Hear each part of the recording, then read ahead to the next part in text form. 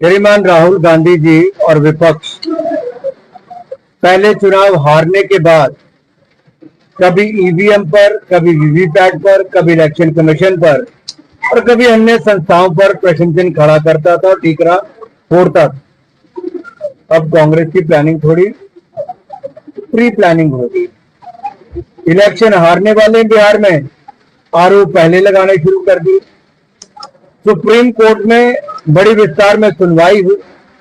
Supreme court ने समय समय पर इस पर अपनी टिप्पणियां की और निर्णय दिए। अगर श्रीमान राहुल गांधी जी और अन्य विपक्षी दलों का अगर देश की संवैधानिक संस्थाओं पर से विश्वास उठ चुका है तो दुर्भाग्य है।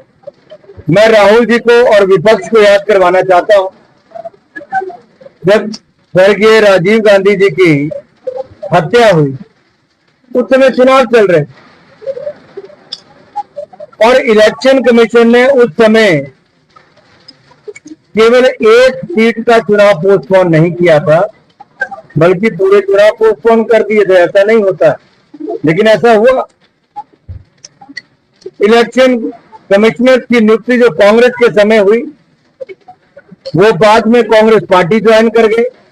किसी को राज्यपाल बना दिया, किसी को केंद्रीय मंत्री बना दिया और कई लोग चुनाव हार गए। श्रीमान राहुल गांधी जी अगर इतिहास पे नजर दौड़ाकर देखेंगे तो आपको पता चलेगा कि कांग्रेस पार्टी ने दुरुपयोग संवैधानिक संस्थाओं का किया है। और जब श्रीमती इंदिरा गांधी जी को प्रधानमंत्री पद छोड़ना पड़ा, सांसद का पद छोड़ना पड़ा, तो इसीलिए छोड़ना पड़ा था कि 1971 के चुनाव में उन्होंने सत्ता का दुरुपयोग किया था, सरकारी संस्थाओं का, सरकारी मशीनरी का।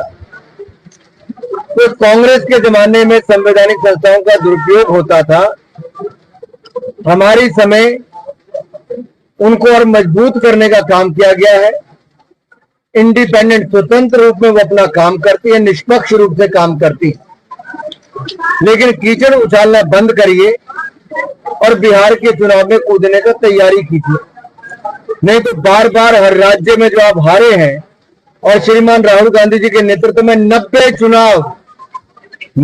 चुनाव कांग्रेस पार्टी राहुल गांधी जी के नेतृत्व में हारी है और यही डर कांग्रेस को बिहार चुनाव में है।